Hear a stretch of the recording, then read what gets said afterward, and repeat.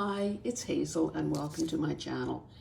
This video is going to be a little bit different in that I'm in the kitchen and I'm hand holding the phone, and I just wanted to show you sort of my process for dyeing paper. Now, if you've watched some videos recently, you know that I cut up a purple cabbage and made, well, almost 2 quarts of dye. And I boiled the living daylight. I said that before. Geez. You know, the problem now with doing this is that I don't want an inadvertent shot of my bosom or my feet or the stuff in the sink. So I wonder how we can do this. Anyway, okay, let's just grab, okay. This measuring cup, I don't know how well you can see that, kind of shows you the color that I ended up with. Now, before I turned on the camera, I did a number of, I did a number of papers and some eyelet lace. Now, I've left this all wadded up here because I know from past dyeing of things like this, you know, like strips of fabric, for instance, if you leave it all wadded up, wherever there is the most contact, there will be the higher concentration of dye. Now in here, and maybe I should pull this out right now if I can, I've got the little, the little wrapper, not the wrapper, the little fabric tie that was around the jelly roll. I'll just lay that down there. And something kind of coarse, this was like almost an ivory color.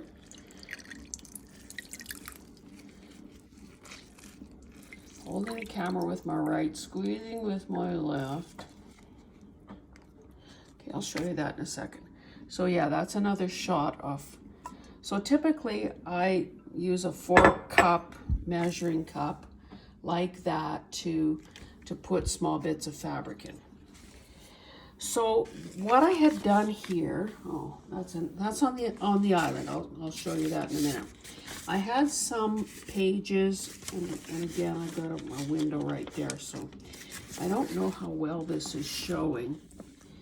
This is green ledger paper, just, you know, the modern stuff. And I just spritzed it with my, the squirt bottle that I use. Now, what I can see here, but again, I don't know if you can, is green. Now this is still a bit damp. Typically, I do all the spraying on the island, spread it out on all the counters, and then as things get a bit drier, I put them elsewhere to finish off.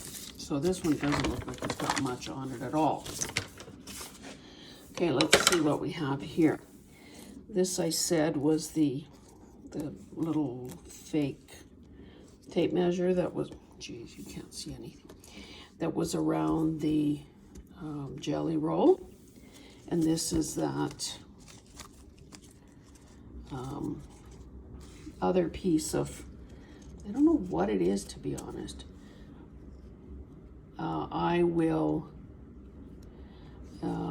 leave it scrunched up like this, so again, it will change the results of that. Okay, maybe let's swing over to the island. I'll try to do it slowly. Now this, give you a long shot, is the kind of squirt bottle that I use. It's big, it holds, oh, it holds a lot. More than a quart, 34 ounces. And it's one of the good ones, because you know there are a lot of crappy sprayers out there, but this one has the little steel weight at the bottom of the I guess I could even show you.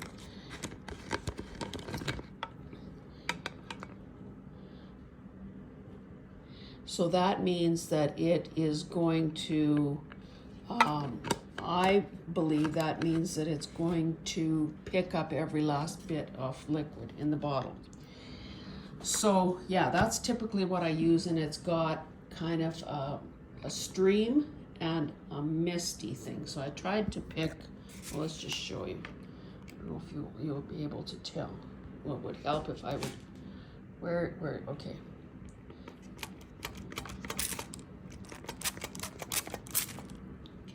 Can you see what I'm, now, again, it depends. If I let it dribble, then I end up with a puddle like that, which of course will be more concentrated color. I'm gonna get rid of this bottle for now. Okay, so what, I'm using the entire length of the island. And what I did, sorry, I'll just kind of try to walk slowly, is I had a plastic tablecloth that is as wide as that is as long as the island is. So basically, I laid down these 8.5 by, I guess, 14 pieces of paper, the entire length of the island. Then I laid down the first layer of the tablecloth and sprayed through it. So if I just pick this up, now that, I don't know, is that so beautiful? Maybe, maybe not. I guess we'll see when it's dry. Then I, once I had the entire island sprayed, I then laid down another layer of paper. So you can see that, or at least to my eye, this looks green. And this was on pure white paper.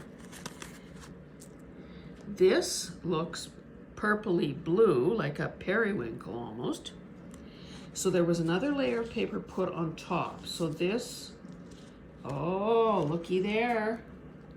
Now we've got some design happening, because what I did was I folded the tablecloth over again, and then, so this paper, sorry, I'm pointing, but I'm not showing you what I'm pointing at. This paper is sandwiched between this layer and the one underneath it. So that's probably why it's so beautiful. And then I always use, sorry, I always use index cards to fill in gaps, because I don't know if I told you or not, but my parents ran a bakery for probably 25 years or so. So when I referred to, pretend you were cutting donuts, it's basically a shorthand way of saying, make sure you use every little bit of space in the most economical way. Number one, so you don't have dough that you're, having to re-roll, which gets tougher, but also to maximize, time and effort in the case of paper dyeing. So basically, let's peek at another one. Now, of course, these things are not dry. When I first started, oh, that's gonna be a lovely one. When I first started dyeing, and of course that was a scary thing, because there's so many people who are really good at it out there, and so many different methods that, the beginner kind of wonders, well, which is the right way? How can there be so many different ways to do something? So I'll tell you what my thought process is. There are people who have become master paper dyers. I'm not one of them. I don't aspire to be one of them. And I know when to stay in my own lane. So I do what is pleasing to me, what is quick, easy, efficient. I know how much time and effort I'm prepared to put into this one aspect. This is only one aspect of the whole process. So I don't want to turn this into my life's mission to be a paper dyer. So that's why I am content with whatever results I get. If this is not your style, or if you have higher expectations or different expectations about how this should look when you're done, then you probably need to watch another video, because you're not going to get that here. I'm simply showing you what I do. I try, oh sorry, I happen to be running the dishwasher at the same time. So if it goes through another cycle, gets even louder, I'll apologize in advance. Anyway, I try to do a variety of things. So I told you index cards, sometimes I do business cards, sales checks, receipts, you know, those kinds of things to fill in the gaps.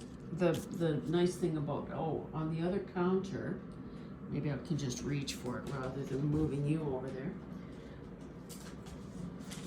I spritzed a bunch of small envelopes. And again, to my eye, see, it doesn't, even on my camera, I'm 2-3 inches away, and it looks grayer on my camera than it does in real life. This is green, believe it or not. This is green. So I sprayed, I don't know, probably 8 or so of these envelopes. And then I thought, well, okay, so I'm going to have 8 envelopes, but what about the backs? So then I just basically rubbed it, I sort of rubbed it over the overspray that was on the counter. Oh, I started to say that in the beginning, I used to open up a gigantic garbage bag or find a big piece of plastic, cover the entire island. That is unnecessary in my case because I have quartz countertops that are, of course, impervious to this kind of stuff.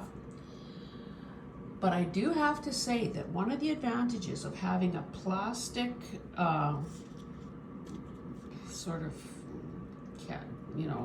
drop cloth or whatever underneath the bottom layer is that plastic, because it's so thin, is not going to lie flat. So it sort of gets creases and folds and, you know, dye, whatever kind it is, pools and puddles in certain areas. And it does create a nice effect, but it just seemed like kind of a pain in the butt, to be honest. Okay, so I showed you envelopes, some, what do you call it? That trim, that white trim, what's that stuff called? Anyway, can't remember. These, I just ripped out some pages out of a steno pad. This is really still quite wet. Again, where it's darker, it will be darker. Going around the island, I also did some, I wonder if I turned on the lights over the island, if that would be better. Just hold on a sec. Oh, I can't do that without, no. Anyway, I guess we'll forget that. This is grid paper, 1/4-inch grid paper. This is going to be nice because you can see that, you know, the colors are different there. What you maybe are also not seeing here is that I ripped open, you know how the old white pillowcases usually had that embroidered design? So I took that off separately, you know, making it high enough, not high enough, but yeah, picking a height that could be a journal cover, so if I so chose. So, but there's the whole remainder of the pillowcase. So I have spread that out here. Now, part of this has this, oh, I know, when I ran out of the 2 layers of the big tablecloth, I layered a bunch of these pieces. Now these are odd shaped things. They're, what would you call it? Not a trapezoid. Anyway, wasn't that good at math. They are obviously sort of almost pie shaped in the sense that if you are cutting something round, that's how it's going to turn out. Look at this beautiful, this is one of those El Cheapo, it may not even be an index card, to be honest. But look at that. Is that not gorgeous? Here is a big piece of fabric that I've laid out. It's probably off a I don't know what it's from, a sheet maybe. I also had some one-sided, and this, oh sorry, I'll peel that up in a minute. I also did a few sheets, well 3 so far, of 12 by 12 paper. Now, I gave these a little blast of color or dye after I laid them down, but really, these were one-sided printed on one side, so I wanted to get a bit of color on the back. And the reason I did that is because I, for the first time, tried dyeing a piece of piano paper. So this is going to be, well, I shouldn't be so confident. This, I know I'm gonna like this. Again, we know that there is a fine line between purple and brown. Right now, some of this look, the part that's drier or lighter looks like sort of a bluey, greeny. The part that is a puddle looks purpley brown. Anyway, I knew that there was this excess liquid on top, so that's why I laid these guys on top to absorb some of that color. I'm just putting that back. Now, I think if I lift up this corner, I should be able to show, okay, there. Oh, you know what this is that's taking that color so beautifully? It's just typing paper. I had a partial package of typing paper I thrifted the other day, and that's what I'm getting. Now, under here, I also, but they're kind of, oh, they've moved. I didn't have them all bunched up like that. But again, sorry, I can't do both things at once. Again, that's not a bad thing necessarily, because where they overlap, you'll either have an area masked off or you will have a concentration of color. Now, these were sort of an aged looking color because I'm sure they're old. Now, they can't be terribly old because they are the carbonless ones, so probably there will be nothing much on the back. Oh, I also, look how nice that is. Again, I say look at that and then I don't show you. That is music staff paper. It was a big sheet, like maybe 24 by 30 or something, or 32, that I had torn into 4 pieces. So I figured, well, okay, let me use that. Now, let's see if there's gonna be anything on the back side. Some will have filtered through. Sorry, guys. Some will have filtered through. Now, I will also say that this whole extravaganza here is a test of one's patience. For those of us who are impatient and want to see the results now, it's hard to let time and air and temperature and all that do its work. So I think I already said that as things dry, where they're not to the point where they would ruin furniture or floor, I then take them and spread them out elsewhere, like in the living room and across the stove and across some other counters, so that, of course, I can continue to keep dyeing. Because once it's sort of taken over a room and gathered all your stuff together, it just makes sense to do a whole bunch. I don't quite understand people who, will coffee dye 1 sheet of paper. Yeah, maybe in an emergency, oh, you're using something in a journal and, oh, this backside is white and I don't like white, blah, blah, blah. But typically this is one of those things that takes the better part of the day. I've never tried dyeing outside. I think that would be, frankly, more trouble than it's worth. I suppose it's quicker if you've got a sunny day, maybe with a light breeze. But I don't relish the idea of, you know, chasing paper all over the yard after it's blown away. Plus all the dragging of stuff inside and out. Now, oh, I guess I do have more 12 by 12s on this other counter. So I'll just go back here.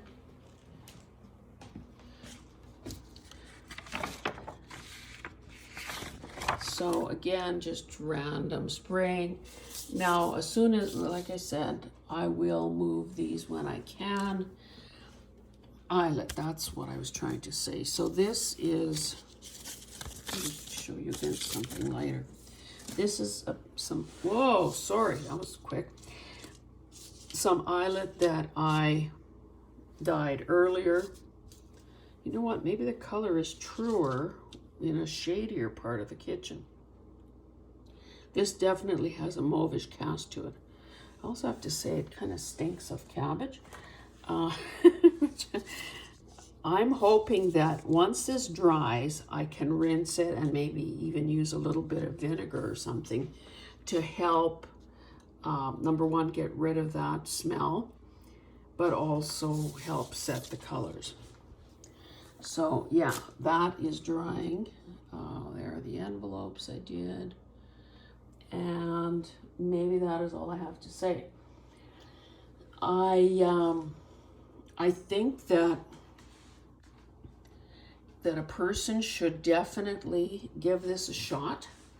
Now, of course, there's going to be a smell pretty well with anything, whether it's coffee or tea or avocado or, well, maybe not so much avocado. I can't recall if there's a smell with that, but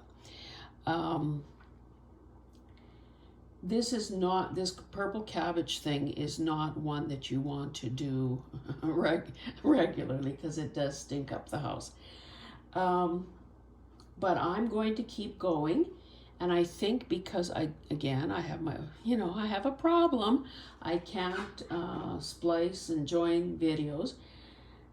So I'm going to carry on doing my thing. I'm going to go away and do some other things and let the warm air just do its thing.